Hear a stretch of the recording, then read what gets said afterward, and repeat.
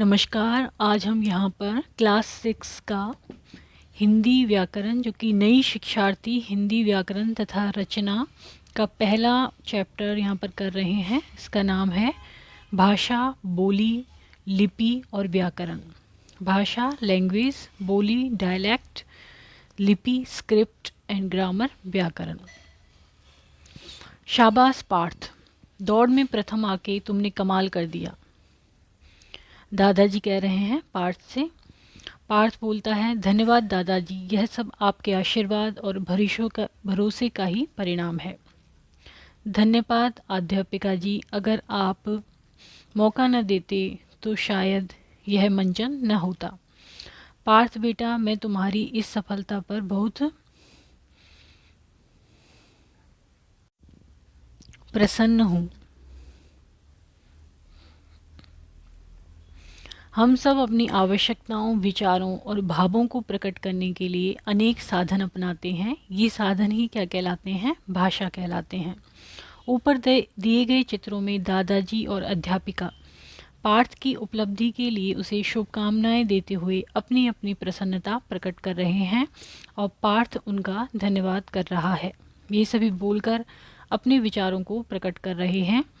भावों और विचारों के आदान प्रदान का सरल साधन है भाषा। नीचे दिए गए चित्रों में आप देख सकते हैं कि बच्चा ईमेल लिखकर अपने विचार अपने मित्रों तक संप्रेषित कम्युनिकेट कर रहा है। वहीं दूसरी ओर अध्यापिका अपने होठों पर उंगली रखकर कक्षा के सभी छात्रों को शांत रहने का संकेत कर रही हैं। इस प्रकार एक दूसरे की बातें समझना और समझाना ही भाषा है। पशु पक्षी भी अपने मुख से ध्वनियाँ निकालते हैं, लेकिन ये ध्वनियाँ भाषा नहीं कही जा सकती क्योंकि ये निरर्थक हैं। मनुष्य के मुख से निकली सार्थक और व्यवस्थित ध्वनियाँ भाषा हैं। भाषा के सहारे हम अपने विचारों और भावों को व्यक्त करते हैं और इसी की सहायता से दूसरों के विचारों और भावों को समझते हैं। भाषा संप्रेषण कम्युनिकेशन का शक्तिशाली साधन है। मन के भावों को बोलकर लिखकर प्रकट करने का साधन भाषा है। भाषा शब्द संस्कृत की भाष धातु से बना है, जिसका अर्थ होता है बोलना। बोलचाल की भाषा ही मूल भाषा होती है। भाषा के मूलतः दो रूप प्रचलित हैं, एक मौखिक रूप और एक लिखित रूप। तो भाषा के हो गए मौखिक और लिखित रूप। मौखिक भाषा, भाषा के मौखिक रूप का अर्थ है बोलकर कहा गया, अर्थात इसमें वक्ता, बोलने वाला, सुनने वाले श्रोता को अपनी बात बोलकर प्रकट करता है। दैनिक जीवन में हम मौखिक भाषा का ही अधिक प्रयोग करते हैं। बातचीत, भाषण, वाद विवाद आदि भाषा के मौखिक रूप के उदाहरण हैं। तो आपस में बातचीत करना, भाषण देना, वाद विवाद करना, ये सब क्या हो गए? मौखिक भाषा। नेक्स्ट है लिखित भाषा। लिखित भाषा क्या है? जब लिखकर मन के भावों तथा विचारों को प्रकट किया जाता है तो वह भाषा का लिखित रूप कहलाता है। भाषा को स्थायी बनाने के लिए उसका लिखित रूप प्रयोग किया जाता है।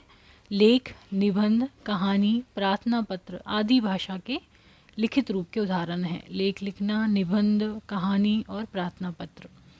अगला है लिपि। मौखिक ध्वनियों को लिखित रूप में प्रकट करने के लिए निश्चित किए गए चिन्हों की व्यवस्था को लिपि कहते हैं। किसी भाषा को लिखने के लिए हमें उस लिपि के वर्णों का ज्ञान प्राप्त करना होता है। जैसे कि हिंदी भाषा जो है वो किस में लिखी जाती है? देवनागरी लिपि में लिखी जाती है। यह ब्राह्मी लिपि से विकसित हुई है। देवनागरी लिपि किससे विकसित हुई है? ब्राह्मी लिपि से। इसी से गुजराती व बांग्ला भाषाओं की लिपियों का भी विकास हुआ है। हिंदी की जननी संस्कृत है, उसकी लिपि भी देवनागरी है। तो संस्कृत की लिपि भी क्या है? देवनागरी।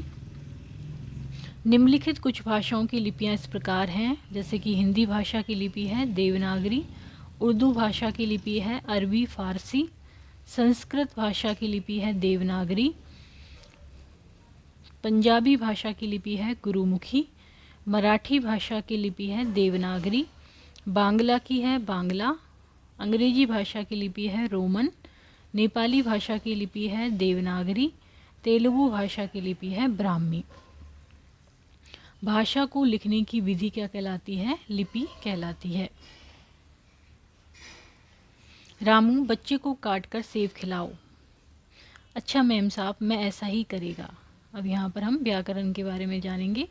इस क्षेत्र में महिला के अशुद्ध वाचक का प्रयोग किया है और अपने नौकर को भी गलत निर्देश दे दिया।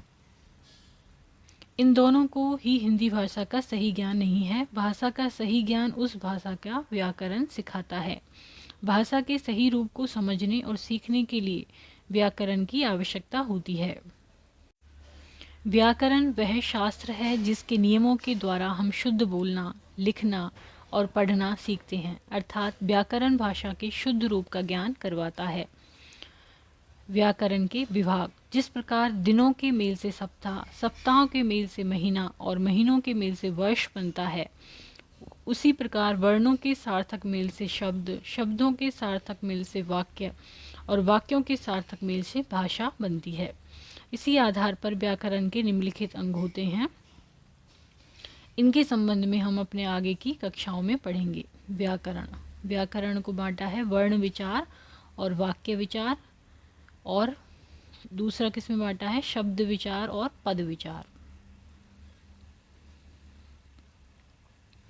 बोली और मानक भाषा: प्रत्येक साहित्यिक भाषा की अनेक क्षेत्रीय बोलियां होती हैं जिन्हें हम स्वतः अपने बचपन में घर में ही सीख लेते हैं। विद्यालय जाने से पहले हम अपने परिवार और पड़ोस में सामान्य बोली ही बोलते और सुनते रहते हैं। क्षेत्र विशेष में बोलने जाने वाली मौखिक भाषा बोली कहलाती है।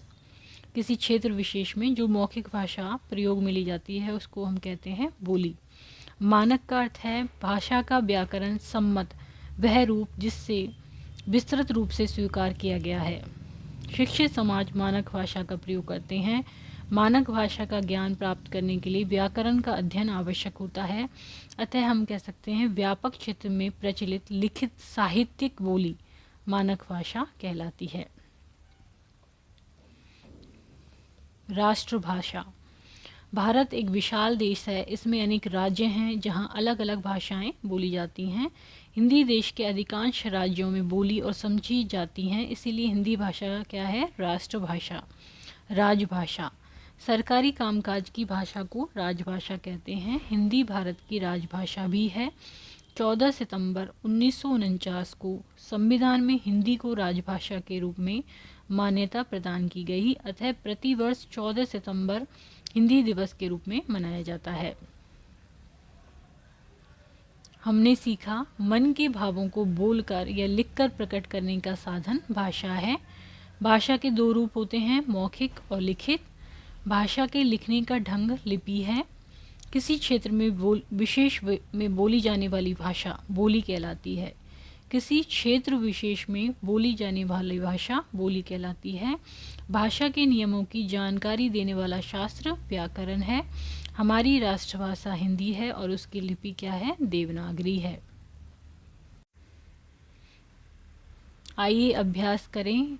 इसमें यहाँ पर ये प्रश्न दिए हुए हैं। भाषा और लिपि को सही जोड़े बनाएं।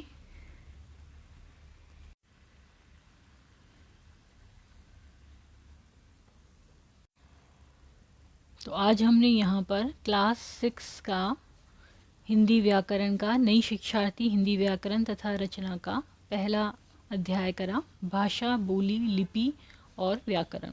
तो यदि वीडियो आपको पसंद आता है तो इसको लाइक करें, चैनल को सब्सक्राइब करें, कमेंट करें और शेयर करें। धन्यवाद।